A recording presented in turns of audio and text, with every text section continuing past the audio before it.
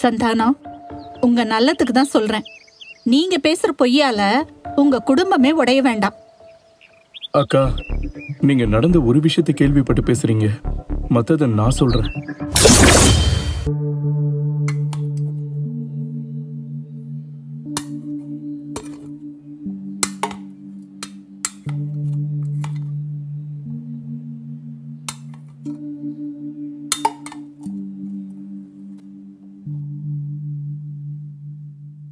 காசு எப்ப வரும்?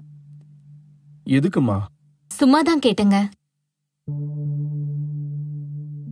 இன்னும் 2 நாள் ஆகுமா? தெரியல, போதுமா? அது எப்படி உங்களுக்கு தெரியாம போகும்? நீங்க தானே காசோட வரேன்னு சொன்னீங்க. இங்க வந்ததுக்கு அப்புறம் காசு வரலன்னா என்ன அர்த்தம்? காசு இன்னும் வரலன்னு அர்த்தம். இந்த பேச்சுக்கு மட்டும் குறைவில்ல, கேக்குற கேள்விக்கு பதில் சொல்ல தெரியல. இப்ப நான் சாப்பிடணுமா, எந்திரிச்சு போணுமா? என்ன சொல்லிட்டு இப்படி கோவப்படுறீங்க? நான் பேசினா மட்டும் உங்களுக்கு கோவம் பொத்திட்டு வந்துரும். மனுஷனை நிம்மதியா கூட சாப்பிட விட மாட்டேங்கிற.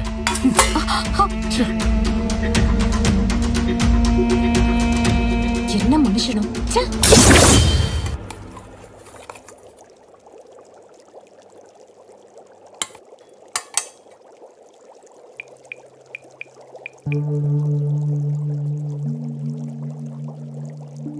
எப்படிடா இருக்க? நான் நல்லா இருக்கிறது இருக்கட்டும், பணம் எப்ப வரும்?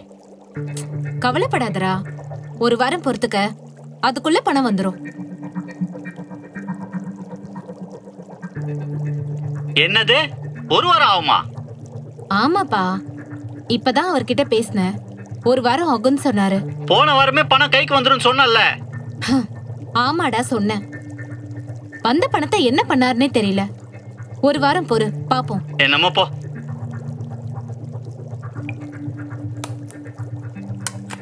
யாருமா போன்ல?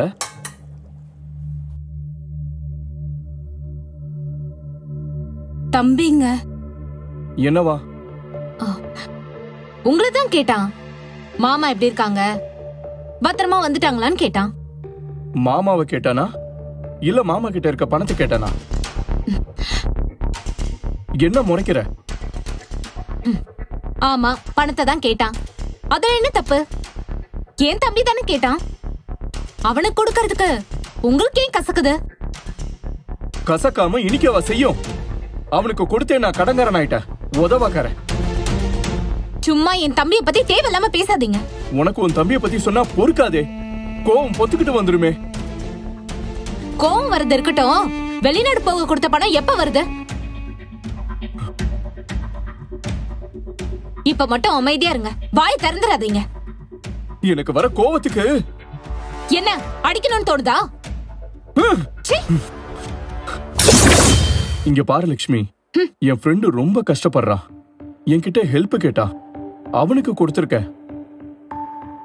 இங்க நம்ம என்ன வசதியாவா இருக்கோம்? நம்மளும் கஷ்டப்பட்டு தானே செய்யறோம். உங்க ஃப்ரெண்டு கேட்ட உடனே தூக்கி கொடுத்துட்டீங்க. என்னம்மா இப்படி பேசுற? அப்ப எப்படி பேச சொல்றீங்க? என் தம்பிக்கு கொடுக்க மனசு இல்ல, உங்க ஃப்ரெண்டுக்கு மட்டும் கொடுத்தீங்க.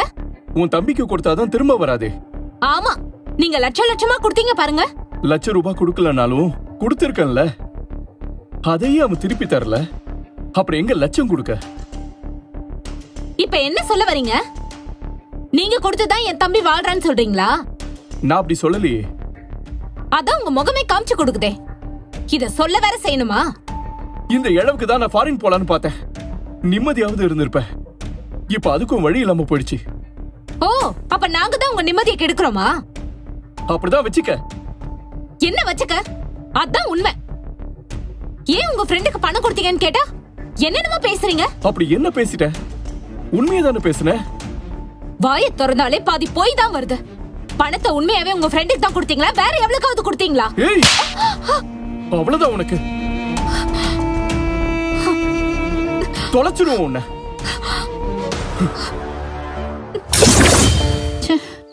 என்ன சொல்றதுன்னே தெரியல. எனக்கு அவ மேல கோவம்லாம் இல்லக்கா, அவ வந்தா போதும். நீங்க போய் அவளை கூப்பிட்டு பாத்தீங்களா?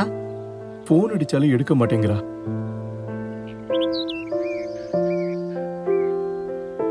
நான் கிளம்புறேன் சந்தானம்.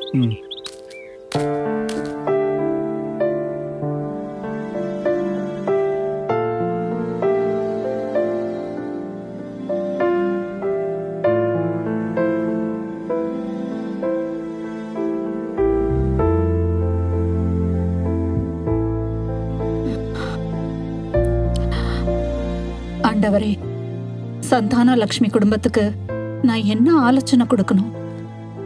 அவங்கள எப்படி சமாதானப்படுத்தணும்? அவங்கள எப்படி நான் ஒண்ணு சேர்க்கணும்? எனக்கு நீங்க சொல்லித்தாங்கப்பா.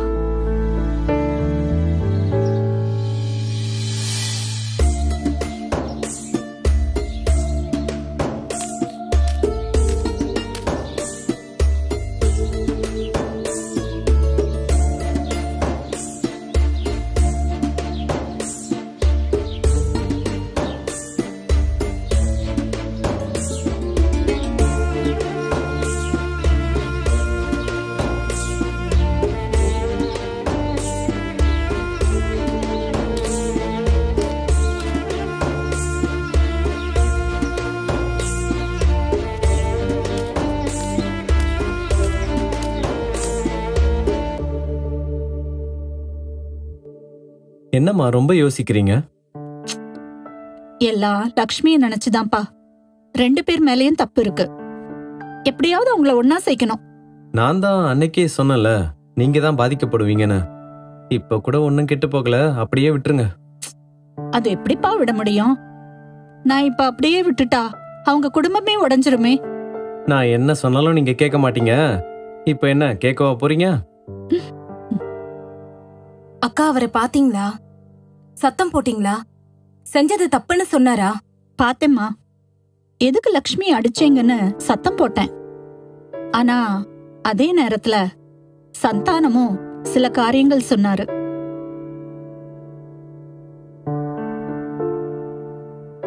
என்னம்மா பாக்குற? நீ சொன்ன மாதிரிதான் அவரும் சொன்னாரு. லக்ஷ்மி, புத்தியுள்ள பெண் தன் வீட்டை கட்டுகிறாள், புத்தி இல்லாதவளோ தன் கைகளினால் அதை இடித்து போடுகிறாள்னு வேதாகமம் சொல்லுது. நீ பண்ற காரியம் உன்னோட குடும்பத்தை கட்டாது. குடும்பம் உடைக்கப்படத்தான் செய்யும். ஞானமா நடக்க முயற்சி பண்ணு லக்ஷ்மி. தப்பு உன் கணவர் மேல மட்டும் இல்ல, உன் மேலயும் தான் இருக்கு. நீங்களே கஷ்டத்துல இருக்கீங்க. கடன் வாங்கித்தான் வெளிநாட்டுக்கு போக கொடுத்தீங்க. இப்போ அத உன் தம்பிக்கு கொடுக்கணும்னு சொன்னா எப்படிமா? கொஞ்சம் யோசிக்க வேண்டாமா? உன் தம்பிக்கு ஹெல்ப் பண்றதுல தப்பு இல்ல. ஆனா அத கடனை வாங்கித்தான் ஹெல்ப் பண்ணணும்னு அவசியம் இல்லையே. உங்க வீட்டு பிரச்சனைக்கு முக்கிய காரணம் என்ன தெரியுமா? நாக்கு. ஆமாமா, நாக்கு தான் முக்கியமான காரணம்.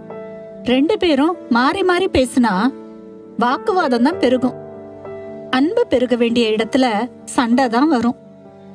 அதுதான் இப்போ உன்னோட குடும்பத்துல நடக்குது. பைபிள்ல ஒரு வசனம் இருக்குமா, நாவின் சண்டைக்கு எங்களை விலக்கி காத்து கொள்ளுங்கன்னு.